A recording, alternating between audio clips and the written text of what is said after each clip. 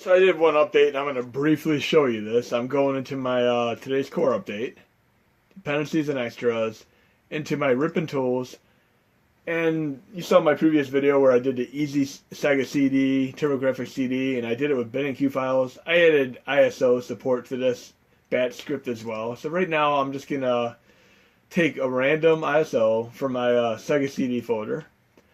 We'll take a rip of, we'll say just AH3 Thunderstrike ISO.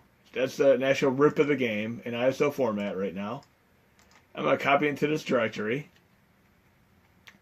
And you can run these Sega CD games through CHD files on the Genesis plus GX core. But I'm just going to do this right now. Run the bat file. And it's going to convert this into a CHD file. But I'm also going to open another program and add it so it could be compressed in a different way and run with Pico Drive. So the CHD file is going to run through Genesis plus GX. And I'll go into that real quick in my module, install extra modules thing. I generally do bin/Sega CD, and that'll cover the CHD files through the Sega CD. But for Pico Drive, I have two different versions of Pico Drive on there. They're the same, the command lines are just different.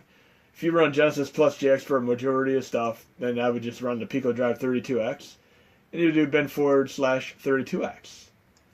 But I'm letting that process complete. And it's almost done here.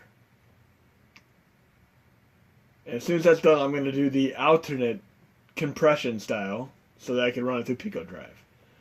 So I have this AH3 Thunderstrike, which is at 45.4 megabytes, and that'll run through Genesis plus GX.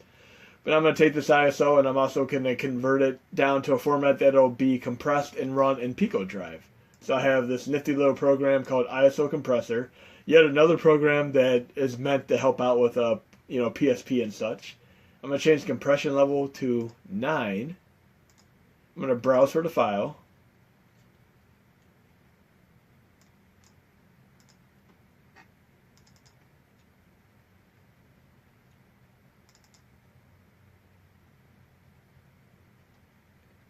And I have that in my Rippin' Tools folder, of course. Let me go to there.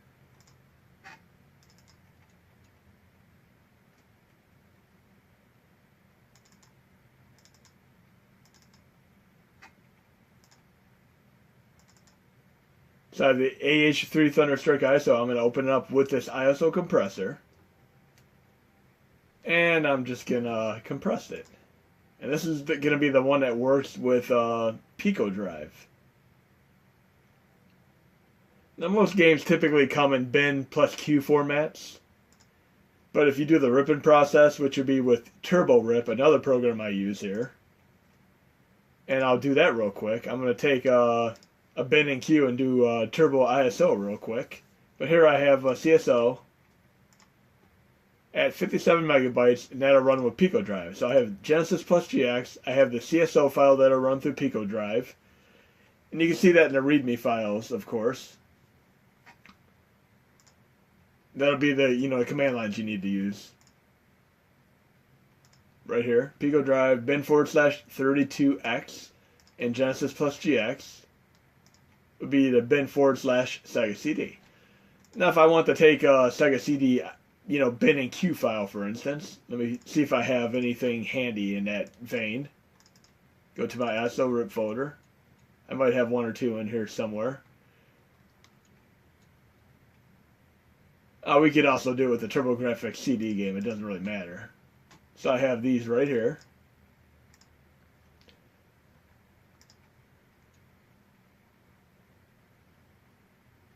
We'll do it with Sonic CD. That'll work. So I have Sonic CD, bin and Q right now. And I simplify these just like in my Sega CD video where I have, rather than this long title, I have a brief title, Sonic CD bin, Sonic CD Q. I open the Q file with Notepad, made sure this file here matched the file on the outside.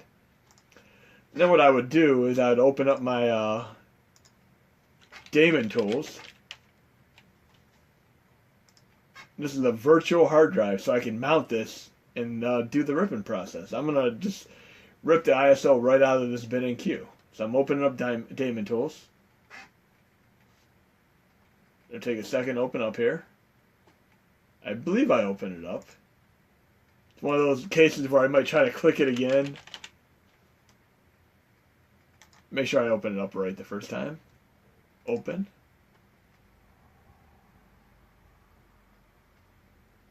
And when it prompts, I'm going to mount this image based on the Q file. I do have a lot of stuff running, so it might take a second here. Technical difficulties, folks.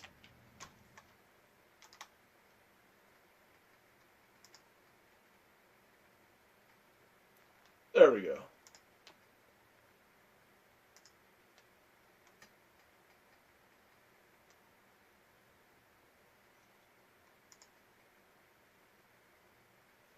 And right now you're going to see just a little bit more troubleshooting like in my previous video. I'm going to do Control-Alt-Delete on my computer.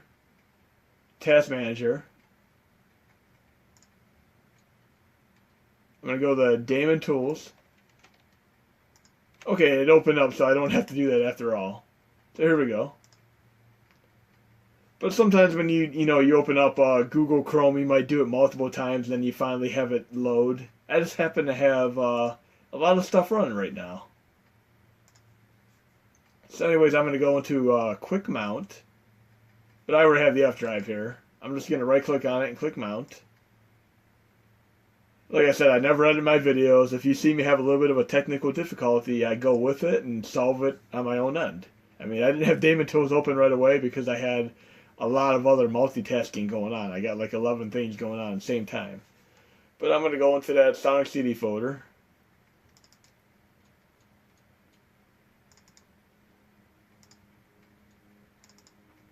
And I'm going to apply this SNES-CD queue. And it should mount properly. I have it mounted. Sometimes if you have an error, you can just remove the device and just remount it. But now I'm going to open up this other nifty little program I have called Turbografx. I'm going to my SORIP folder again. Going into my Turbografx folder. I'm going to right click while holding down the left shift key. Open command window here. And I'm going to do Turbografx-CD to pull up the prompt. And it'll give me a list of commands I can work with.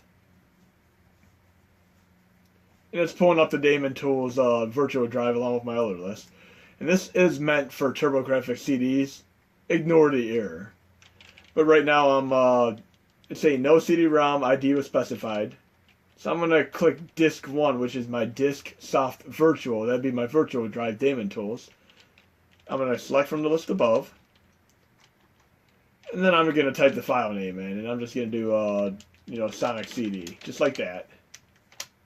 And it's ripping the ISO and the music files right out of there. Right into this directory here. So I have the ISO file and all the WAV files. So if I want to have this game smaller so it'll run on the NES Classic, SNES Classic without using USB host, I have the ISO file now.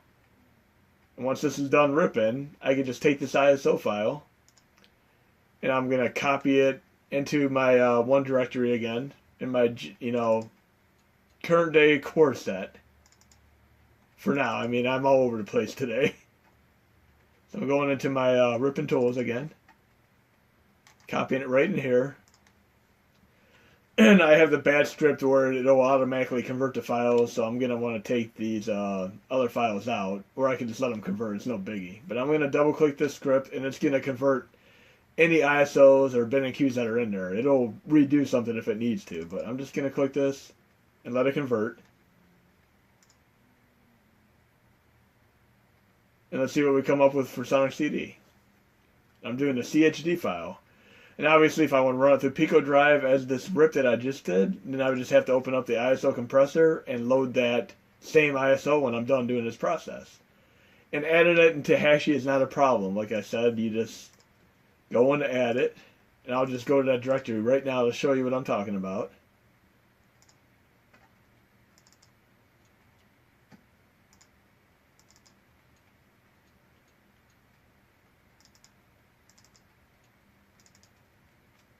I'm I'm doing all files again. And I could add the CHD file, the CSO files if I want to. And let's take SEGA-CD down too. I'm going to open up IO compressor for that. Compression level 9. Compress. And I'm going to add AH3 Thunderstrike CSO. And that would be the one that would run through Pico Drive. So I'm going to do the proper command line on that. So of course I would always do my SEGA-CD prefix. And then just change its name to whatever I want it to be. Bin/CSO, which is the extension type, I'm going to change to 32X. Now once I close Hackshi and reopen it, that'll make sure that the desktop files are properly saved. I can reopen it and just sync it or add it to USB host per normal. But there you go. You have how to rip the games using Turbografx. You can compress them two different ways using both the ISO compressor right here. That's how you compress it to a CSO format that would work with Pico Drive. Then you could use my batch script, which is right here in my dependencies and extras ripping tools folder, to take the ISO files and convert them down into compressed CHD files. So you could do ISOs, bin and queues. I mean, I'll keep adding ripping tools. I have an entire 2 terabyte external hard drive as well as an internal hard drive backed up with all the files from the ripping tools I've been using for 20 plus years at this point. But if there's anything else you guys want me to do for you, just let me know and I'll get into a next video or two.